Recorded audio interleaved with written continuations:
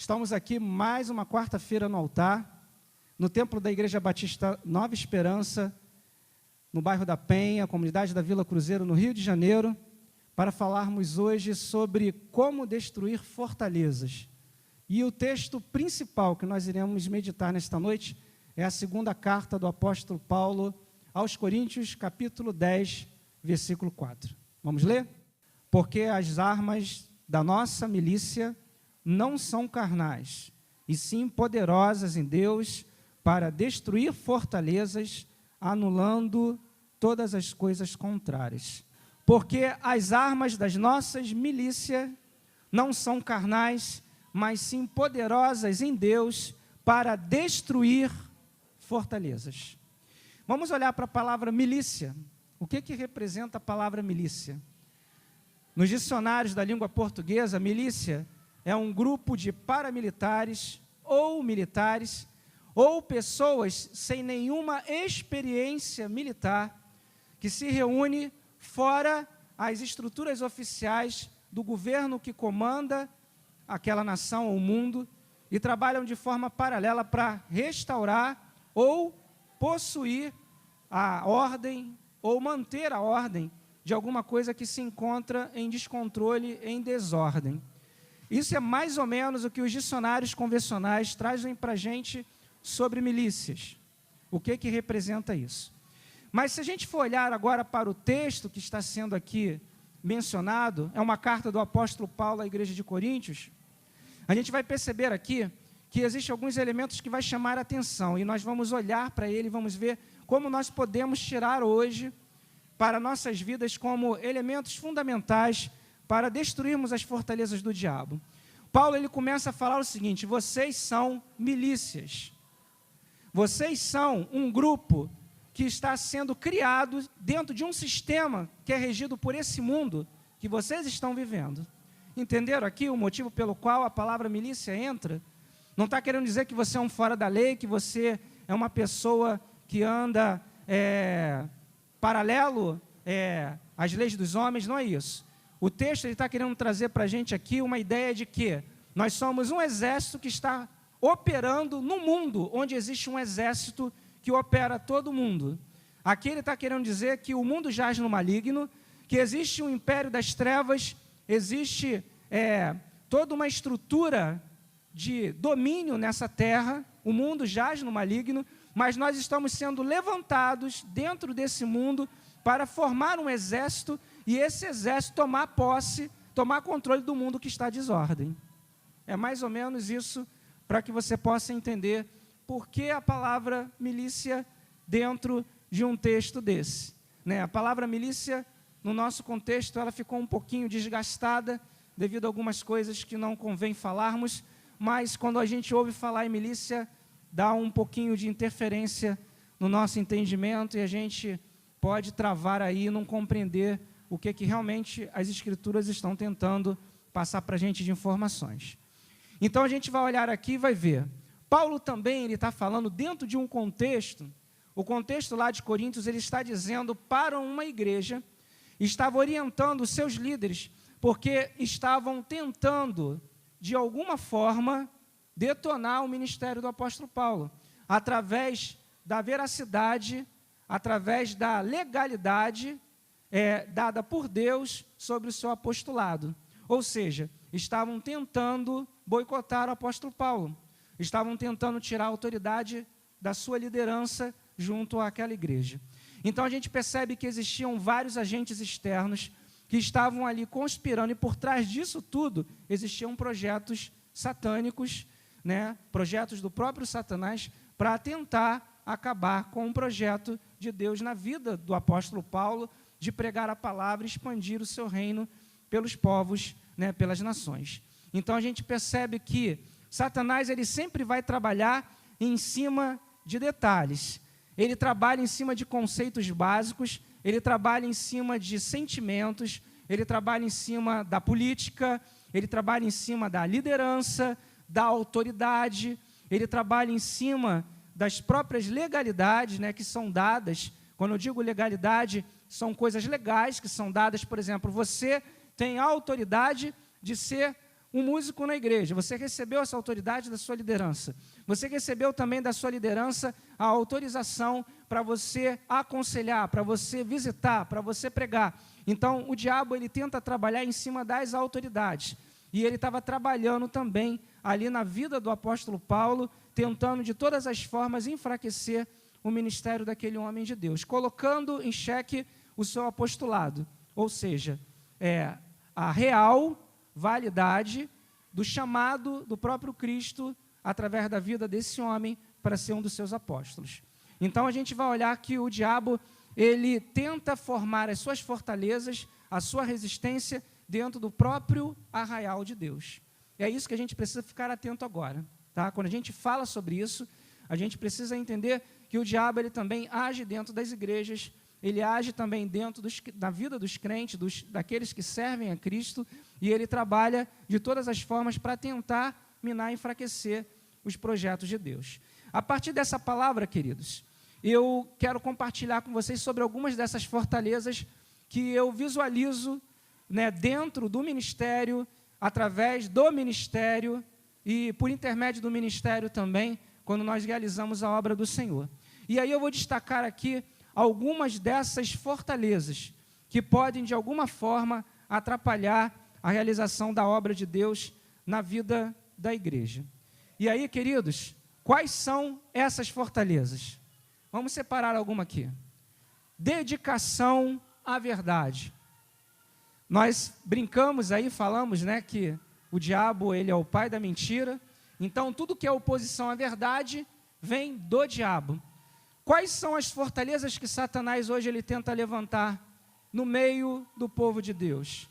A disseminação de coisas que não são verdade, as próprias mentiras, ramificadas e também trabalhadas nas suas diversas ramificações e também nas suas diversas áreas. O diabo ele tem tentado de todas as formas hoje tirar a credibilidade da igreja. Vocês conseguem visualizar isso? O diabo ele tenta fazer com que as pessoas lá fora não acreditem nos pastores. Eles tentam disseminar que todo pastor ele tem alguma coisa que comprometa a sua integridade moral, o seu caráter, a sua postura. A figura do pastor nunca foi tanto, durante tanto tempo, nos dias de hoje, tem sido tão desgastadas. Elas têm sido alvo de polêmicas, de perseguição, têm sido também alvos de preconceito.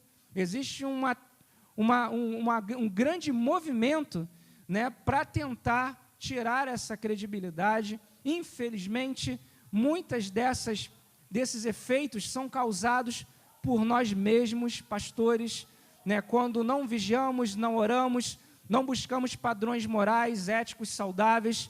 Infelizmente, também, muitos desses problemas, eles acontecem quando igrejas, ministérios, saem de outros ministérios, e aí formam seus próprios ministérios, e a partir daí começam a criar ministros, né, deficientes, com problemas, com dificuldades de aprendizado, com preparo até, porque para pastorear precisa ter pelo menos um básico de um preparo, como trabalhar, como se relacionar com as pessoas, como trazer uma mensagem, como estudar a Bíblia.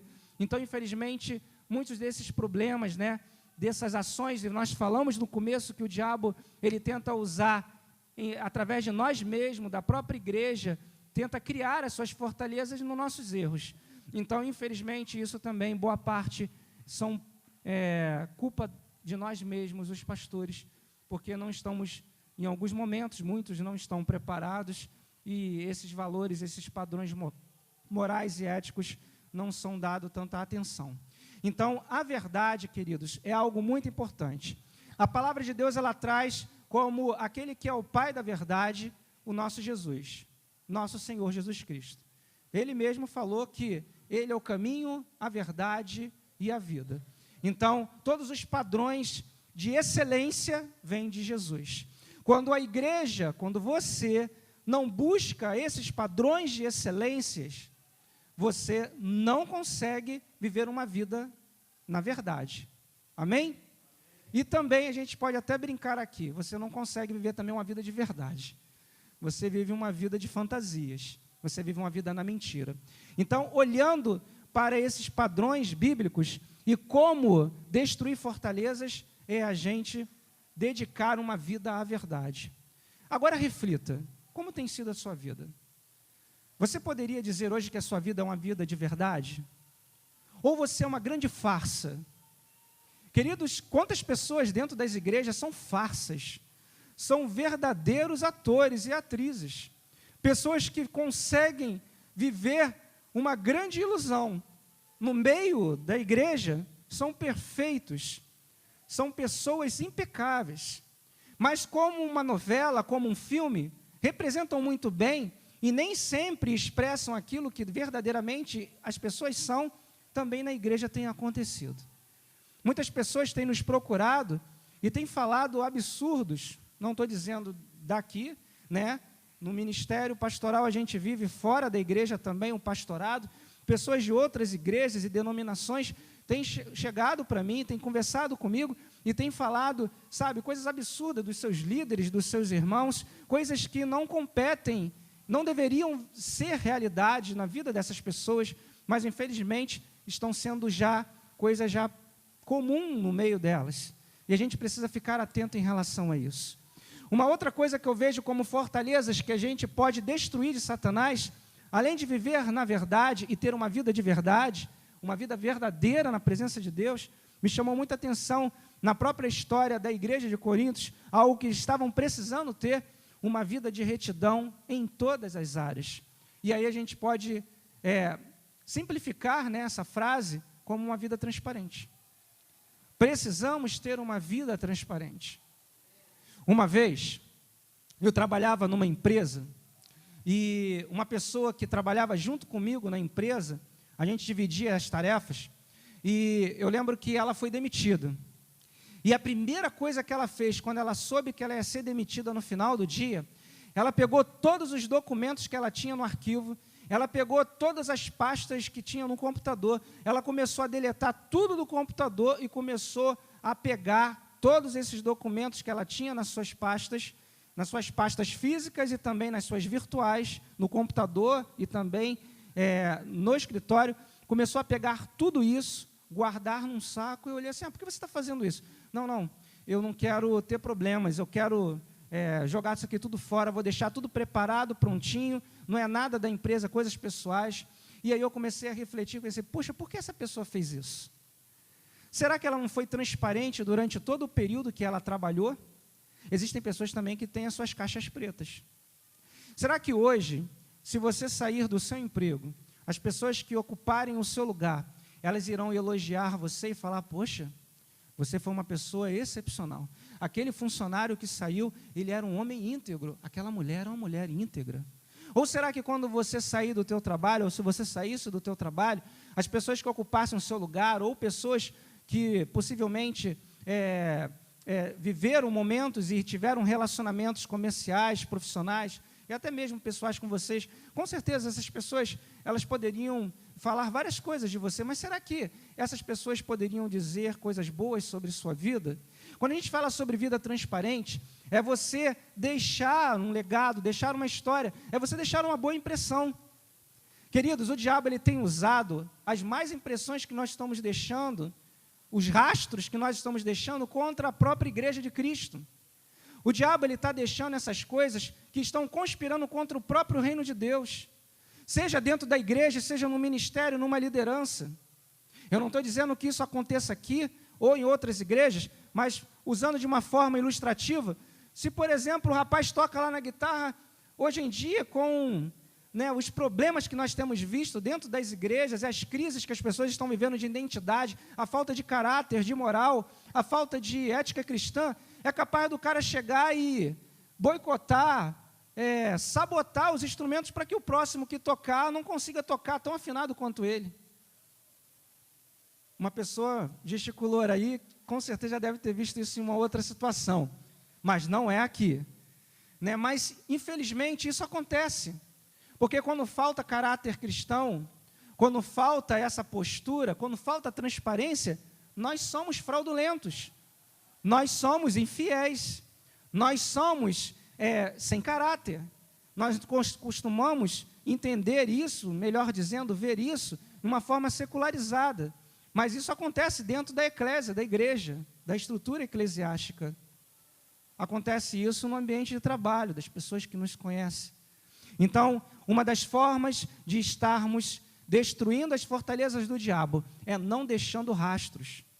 E aí você pode substituir essa palavra por transparência. Você precisa ter uma vida verdadeira e logo em seguida ser uma pessoa transparente. Fazendo isso, queridos, você começa a destruir as fortalezas do diabo. Seja na sua vida, na sua família, na sua igreja. No ambiente em que você estiver inserido, você vai ser bênção. Ao olhar também a história lá do apóstolo Paulo, olhando para cartas de Coríntios, principalmente a segunda que nós acabamos de ler, a gente vai perceber que acontecia uma coisa ali e que nada que acontecia de errado, e eram várias coisas que estavam acontecendo, nada deixava o apóstolo Paulo desmotivado em anunciar a sua palavra, a palavra de Deus no seu coração. Então, uma das formas também de estarmos destruindo fortalezas é proclamando o evangelho. O apóstolo Paulo ele estava diante de muitas situações complicadas. A igreja de Coríntios era uma igreja complicada, mas ele não deixou em nenhum momento de deixar de falar daquilo que ele estava vendo e vivendo. Ele não deixava de pregar as boas novas, de anunciar o evangelho de Cristo. Como apóstolo do Senhor, ele não deixava de testificar daquilo que Deus tinha feito na vida dele e que Deus iria fazer na vida daqueles que também, assim como ele, entregasse as suas vidas ao Senhor, se prostrasse diante do Rei. Então, queridos, proclamação do evangelho é uma das formas de você estar desestabilizando o reino das trevas. O diabo, ele só começa a fazer muita arruaça quando a gente começa a dar muita ideia para ele. Não é verdade? Dá muita ideia para um cachorro e você vai ver que ele vai pular em cima de você. Passa por ele, não dá muita ideia. Ele vai balançar o rabinho, ele vai botar a língua para fora, ele vai começar a fazer um monte de presepada, mas ele não vai ficar perto de você. Agora olha para ele e fala assim, que bonitinho, que legal. Aí ele vai começar a pular e vai começar a fazer bagunça na sua vida. O diabo ele é a mesma coisa, né? Vamos igualá-lo a um cachorro, né? Que fica sempre na nossa rota, no nosso rastro, atrás de cada um de nós. Ele fica lá sempre tentando buscar uma forma de criar algum tipo de problema. Então, quando a gente prega o evangelho, a gente desestabiliza o reino das trevas. A gente começa a dar perda para ele. A gente começa a provocá-lo, mas não provocar com a sua própria força, não provocar com a sua própria vontade, porque ele é um ser espiritual, não podemos contra ele. Mas quando pregamos o evangelho de Cristo, é o Senhor Jesus que está à frente, é o Senhor dos exércitos, é o guarda de Israel que está sobre nossa vida, nos guardando, nos abençoando e nos guiando, e contra ele não tem quem possa, nem tampouco Satanás. Então, pregando o evangelho, queridos, a gente também ocupa a nossa mente. Quando a gente para de falar de Cristo, a gente para de viver o evangelho. Quando você para de evangelizar, você para de viver as experiências do evangelho. Quando você prega a palavra, você abençoa uma vida. E se você alcançar aquela vida pelo poder da palavra de Deus, você ganhou um discípulo.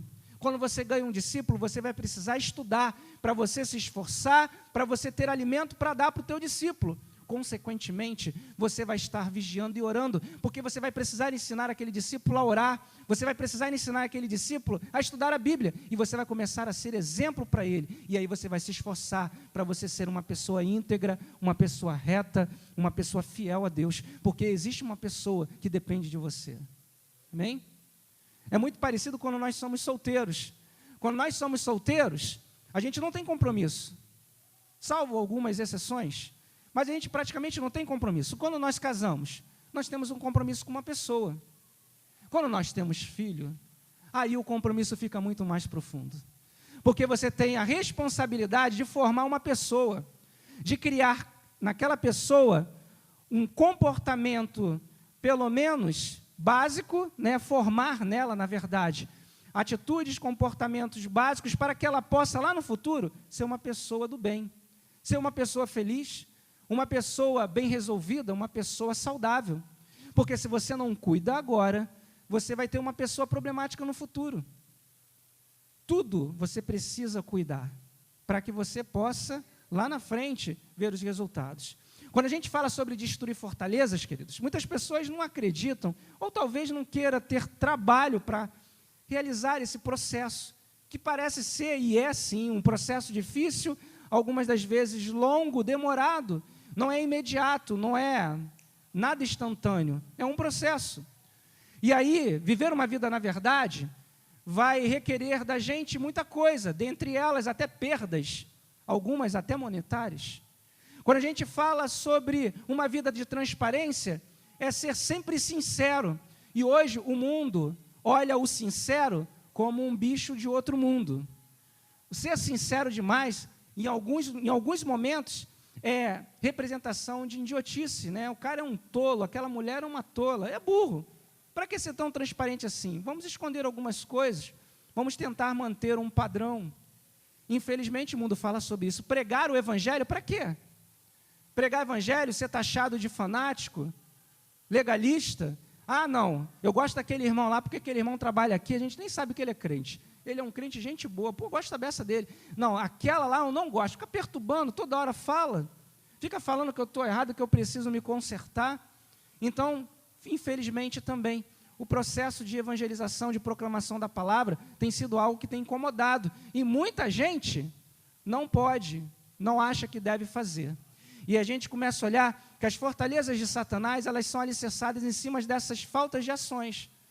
Quando nós não tomamos essas atitudes, e aí a gente dá essas legalidades.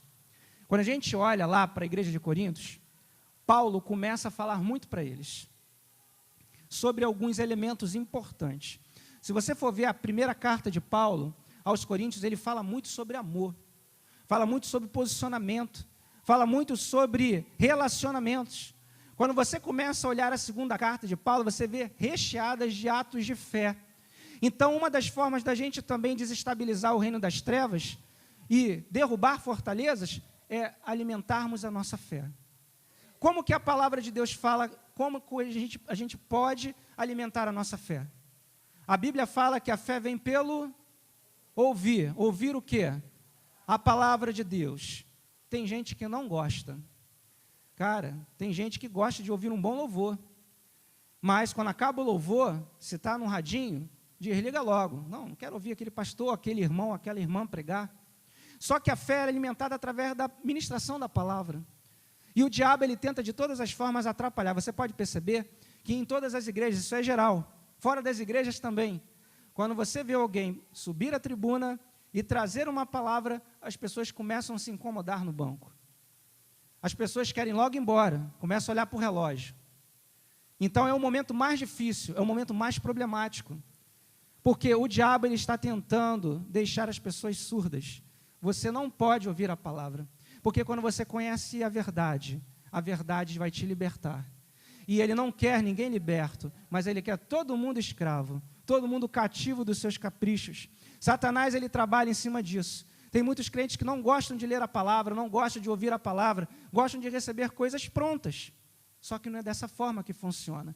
Na segunda carta de Coríntios, Paulo começa a falar um princípio importante, que é o crescimento da fé, que é a forma de fazer com que a igreja venha a ser uma igreja sólida, e a base da sua solidez vem através de uma fé genuína, inabalável no Senhor Jesus.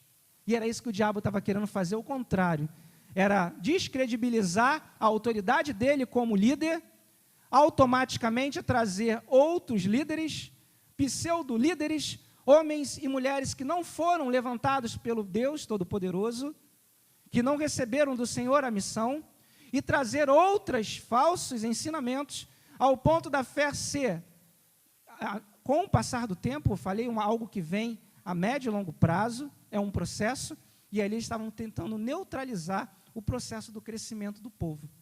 E aí o diabo, ele usa isso também hoje, nos dias de hoje, quando ele tenta diminuir, de alguma forma, neutralizar, até o ponto de tirar todo e qualquer tipo de aparência ou princípios ou perfil cristão, ao ponto também de reduzir a tua fé a quase nada, em alguns casos a nada.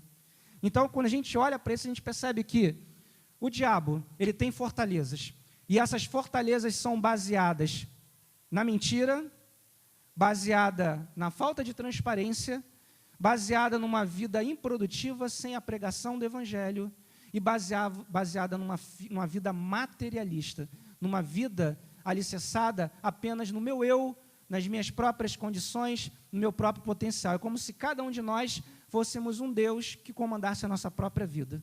Porque viver pela fé incomoda muita gente. Não é verdade?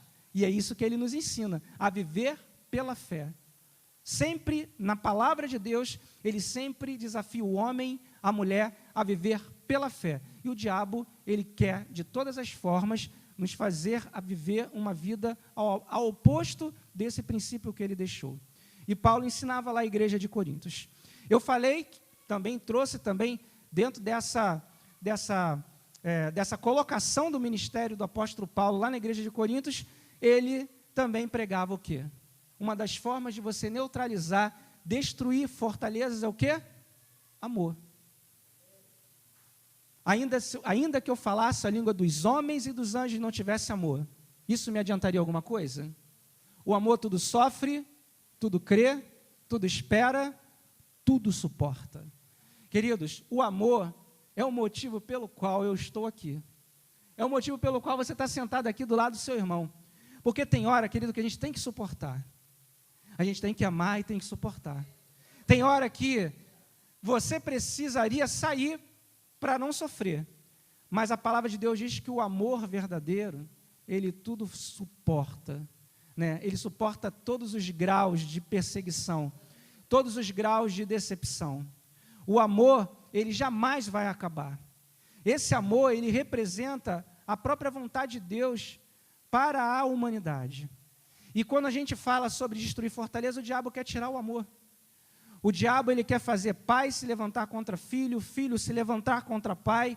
Ele quer realmente apostasia generalizada, ou seja, ele quer que a fé venha embora, vá embora, e as pessoas desacreditem do evangelho, do pastor, da igreja, da estrutura cristã, do conceito e da visão cristã. Ele quer fazer com que tudo isso venha a ser aniquilado. Mas ele vai ser frustrado. Ele já está sendo frustrado. Porque a palavra diz que o amor jamais vai acabar. O amor de Cristo jamais vai poder ser escondido ou ocultado. Porque Deus amou o mundo de tal maneira que deu o seu Filho unigênito, para que todo aquele que nele crê não pereça, mas tenha a vida eterna. João 3,16.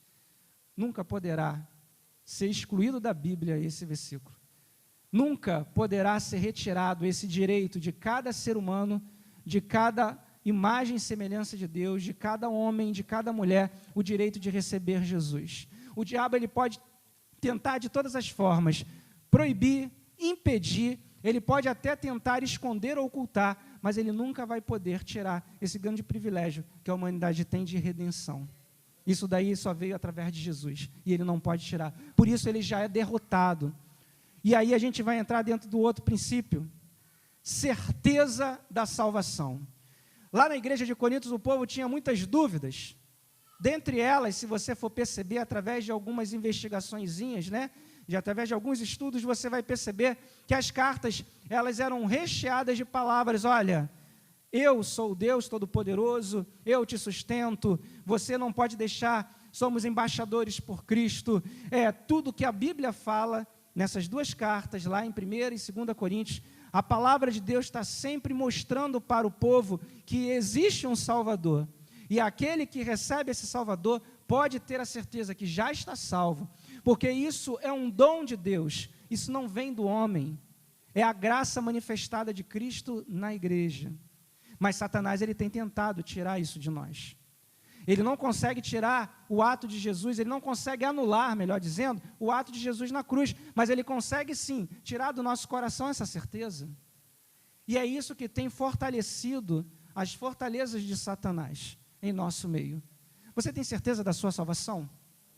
Você tem certeza se você hoje partir para a eternidade, você está salvo com Cristo? Existem pessoas que têm dificuldade de dizer isso. Existem outras pessoas que podem usar alguns tipos de argumentos, como, por exemplo, eu faço bem às pessoas, eu não roubo, eu não mato, eu sou uma pessoa que faço caridade, eu não falo palavrão, sou fiel, sou uma pessoa cumpridora dos meus deveres, sou uma pessoa exemplar nos padrões morais e éticos. Só, queridos, eu acabei de dizer para você que é pela graça que nós somos salvos. Isso não vem de nós, é um dom de Deus. Você não pode produzir, você não pode criar algo que é de Deus. A salvação foi dada por Ele, e é só através dele que você alcança a salvação. Muitas pessoas têm se iludido, pensando que ser bom vai conseguir alguma coisa. Bom, a bondade, são características importantes que nós precisamos viver.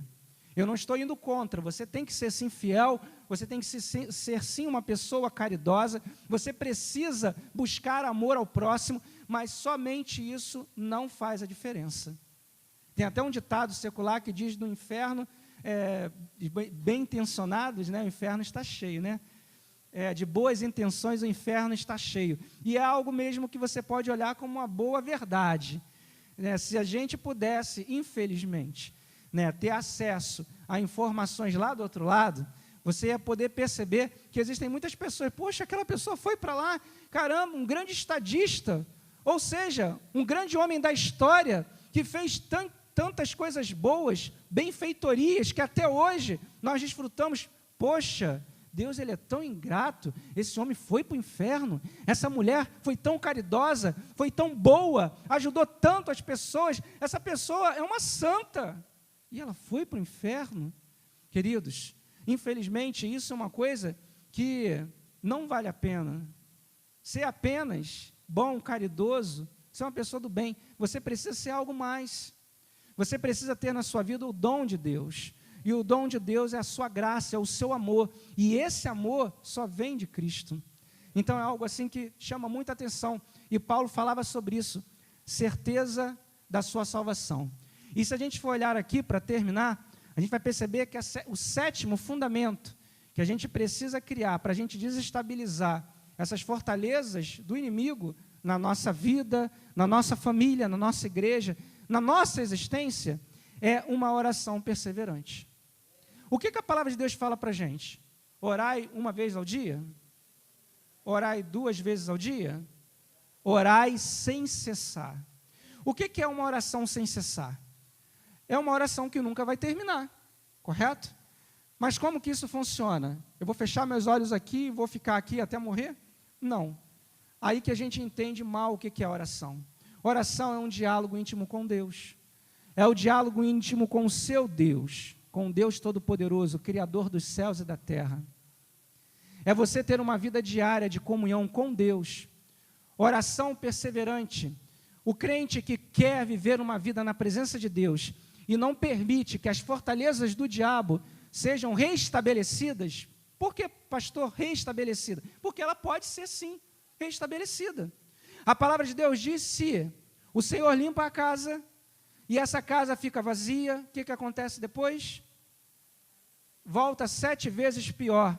Ou seja, tudo aquilo que Deus fez na sua vida, se você não vigiar, se você não tiver uma vida de oração, você não vai conseguir alcançar a excelência de uma vida cristã. Você não vai conseguir viver aquilo que a Bíblia chama de vida abundante, porque só depende de você a manutenção dessa vida. Quer ver um exemplo bem prático? Você é uma pessoa que usou droga durante muito tempo. E durante muito tempo você viveu uma vida, uma subvida, uma vida miserável. E aí você ficou 20 anos sem usar drogas. Aí aconteceu um deslize aí na sua vida, você se estressou, ficou chateado, e aí você desejou dar uma tragada no teu cigarro da maconha, uma cheirada na sua cocaína, numa injetada da sua heroína, ou num cachimbo do seu crack.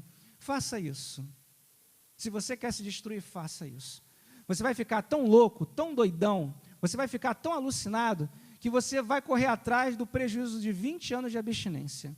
Geralmente a pessoa que faz isso, ela vai para o fundo do poço em pouco tempo. Se no passado ela levou alguns anos, ela leva alguns dias. Queridos, eu estou falando isso para você porque eu conheço milhares de pessoas que viveram essa realidade.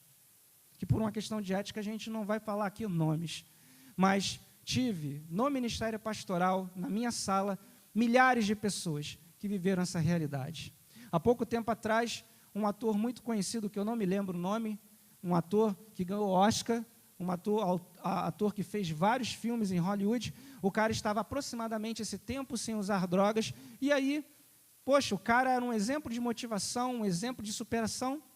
O cara simplesmente deu a louca nele, por algum motivo, ele usou tanta droga que ele morreu no apartamento dele. Ele morreu de tanta droga, ele era exemplo, era referência para muitas pessoas, tanto que, quando foi o documentário falando sobre a morte dele, a própria matéria do jornal, né, do telejornal, trouxe essa informação. Ele era referência. E o cara, de uma hora para outra, amanheceu morto de overdose. Então, queridos, tomar muito cuidado em relação a isso. Orar e vigiar.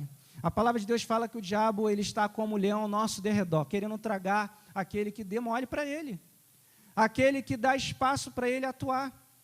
Então a palavra de Deus é bem clara, fica vigilante, ora sempre, olho aberto, ligado na presença de Deus, porque o diabo está ao teu derredor, como um leão, querendo te levar. Primeira vacilada que você der, ele vai derrubar você. E a queda, ela é uma queda muito triste. Quando um homem ou uma mulher de Deus, ele cai, depois de ter conhecido a palavra, a verdade, ele quando cai é muito triste, porque ele não cai como no passado, ele cai no seu emocional, ele cai nos seus valores morais, ele cai na sua confiança, né, das pessoas, a confiança que as pessoas depositaram sobre ele ou ela, cai também na sua autoestima, e também no respeito, porque a família começa a olhar ele agora como uma pessoa desconfiável, uma pessoa que não dá mais para confiar, uma pessoa que não dá mais para a gente ter a certeza de que ela realmente está bem. Então não vale a pena. O que a gente pode fazer hoje? É buscar na palavra de Deus essa visão de que o Senhor está conosco. Eu separei alguns versículos aqui, que traz para a gente aqui quem nós somos. Eu acabei de falar aqui o que nós não podemos ser. Eu falei aqui sobre fortalezas do diabo, mas ele não é a figura principal do culto. É o nosso Deus, nosso Senhor Jesus Cristo. Separei alguns versículos que podem nos trazer hoje uma motivação maior. Vou falar o primeiro que eu gosto muito. De sorte que somos embaixadores da parte de Cristo, como se Deus por nós rogássemos. Rogamos, pois, da parte de Cristo, que vos reconcilieis com Deus. 2 Coríntios 5:20. Somos embaixadores de Cristo. O que é um embaixador? É aquele que representa o seu Deus, o seu rei, no reino de outro. Ou melhor dizendo, dentro da nossa visão cristã, nós representamos Jesus aqui na terra. Então nós devemos ser o quê? Impecáveis, irrepreensíveis. A Bíblia também fala que nós somos o quê?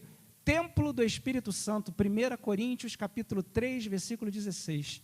Você, eu, todos nós, que recebemos um dia Jesus como Senhor e Salvador, renunciamos às práticas do pecado, entregamos a nossa vida a Cristo, nós somos hoje templo do Espírito Santo. 1 Coríntios 3,16. A palavra também de Deus diz que nós temos um privilégio. Todo mundo fala que todo mundo é filho de Deus. Já ouviram essa frase? Isso é uma frase já montada, feita. É aquelas frases prontas que você vê por aí. Ah, somos filhos de Deus. Será que você realmente é filho de Deus? A palavra de Deus diz que somente é filho de Deus aquele que é nascido de Deus, aquele que foi salvo, lavado e remido pelo sangue do Cordeiro. Fora isso, só resta as criaturas de Deus, que são aqueles que não são filhos de Deus. Romanos 8,15 fala sobre isso. Diz que, através de Cristo Jesus, nós temos o direito de ser chamados filhos de Deus, e temos também o direito de chamar Deus de Pai, Abba, Pai, ou melhor, Papai, que dentro da interpretação dos originais, lá do texto de Romanos, no grego, a palavra traz para a gente uma conotação de intimidade, papai. Só poderia chamar papai quem fosse realmente filho. Correto? Vou falar aqui sobre o pai do Felipe. Eu chamo ele de pai do Felipe, mas o Felipe pode chamar ele de papai, numa conotação de intimidade. Não faz parte um pouco da nossa cultura, não dá para a gente compreender a intensidade dessa palavra, mas para aquele povo lá daquela época, chamar alguém de papai era chamar alguém de muito íntimo. Não ousava alguém que não tinha intimidade chamar papai, se não fosse verdadeiramente seu pai. A palavra de Deus também fala em Efésios 1:5, que nós somos adotados pelo Pai como filhos. Somos filhos de adoção, né? Somos o filho do coração. Então o Senhor nos adotou e nos trouxe também para a sua presença. A Bíblia também fala lá em Colossenses capítulo 1, versículo 14, que nossos pecados foram perdoados. Somos pecadores, queridos, mas somos pecadores arrependidos. Somos pecadores, mas também temos sobre a nossa vida as misericórdias de Deus, que são as causas de não sermos consumidos. Amém? Esse amor dele não tem fim, por isso nós não somos destruídos. A Bíblia também fala lá em Efésios 1,13, que nós somos selados pelo Espírito Santo. Ou seja, existe em nós um selo. Sabe o que significa selar? Quando algo é selado com um selo real, não pode ser aberto. É propriedade exclusiva do destinatário. Nós fomos selados pelo Espírito Santo da promessa. E isso nos faz agora parte do reino de Deus. Faz parte agora de cada um que é selado pelo Espírito Santo o direito de estar desfrutando de todas as bênçãos, de todas as promessas que o Senhor tem reservado para cada um de nós. Então, queridos, essa autoridade, né, nos dada para que a gente possa lá em Mateus capítulo 10, 1, tornar isso uma realidade na nossa vida. Curar todo tipo de enfermidade. Porque sobre a nossa vida há uma unção, há uma separação e há também uma autoridade espiritual para curar todas as enfermidades. Mateus capítulo 10, versículo 1 fala sobre isso. Marcos capítulo 3, versículo 14, fala que também é dada também uma outra autoridade sobre a nossa vida. Sabe qual é? Expelir demônios. Em Marcos capítulo 3, versículo 14, é dado uma autoridade para cada um de nós. Expelir demônios, ou seja, nenhum mal ele consegue se levantar contra nós, mas se levanta para cair, porque é a autoridade espiritual sobre a nossa vida, pelo poder do nome e do sangue de Jesus. Amém? Também a gente pode olhar também e ver lá em Lucas capítulo 10, versículo 19, uma palavra profética, que a gente vê lá no Gênesis, que se repete ali nos evangelhos, especificamente no evangelho de Lucas, quando a palavra ela é liberada para a gente, dizendo que nós temos sim a autoridade de pisar em serpente, escorpião e sobre todo o poder do inimigo. Amém? Nenhum poder das trevas tem autoridade ou tem maior poder sobre a vida do cristão quando está na presença de Deus, porque nós temos a autoridade dada pelo Senhor para pisar em serpentes e escorpiões, e nenhum poder das trevas vai conseguir nos sucumbir. Então, queridos, é uma autoridade de Deus dada para cada um de nós. Diante disso tudo, queridos, vamos destruir as fortalezas do inimigo. Se há alguma resistência na sua vida, está na hora de jogar isso por terra. Deus não te fez para ser um derrotado. Deus não te fez para ser um vencedor. Deus te fez para ser mais do que vencedor. Ele não quer que você vença apenas uma guerra ou uma batalha. Ele quer que você triunfe sobre todas elas, porque Ele já pagou o preço da vitória. Você só precisa tomar posse dessa conquista. Desse ano que nós chamamos de ano de conquista, que seja na sua vida conquistar o direito de ser feliz, conquistar o direito de não ser mais um dependente da droga, mais um dependente da bebida, de não ser mais um dependente da pornografia, um dependente de uma vida promíscua, de não ser mais dependente do vício da mentira. Existe vício de mentira. Existem pessoas que não conseguem viver uma vida na verdade, uma vida de verdade. Existe um mentiroso de carteirinha, aquele que mente mesmo, que todo Facebook descobre e sabe, e tem aquele mentiroso que mente uma vida que, na verdade, omite uma vida e vive uma vida de mentira. São os conhecidos falsos. Então, a gente precisa começar a tomar posse, e o Senhor desafia você, hoje, a tomar posse dessa conquista, e jogar abaixo, pelo poder do nome e do sangue de Jesus, todas as fortalezas do inimigo, pois o Senhor, nesse momento, te dá toda essa autoridade. É só você acreditar, confiar e você colocar em prática todos desses princípios. Que Deus abençoe a vida de cada um de vocês em nome de Jesus. Amém, igreja? Uma salva de palmas ao Senhor. A Ele seja dado toda a honra, toda a glória, todo o louvor.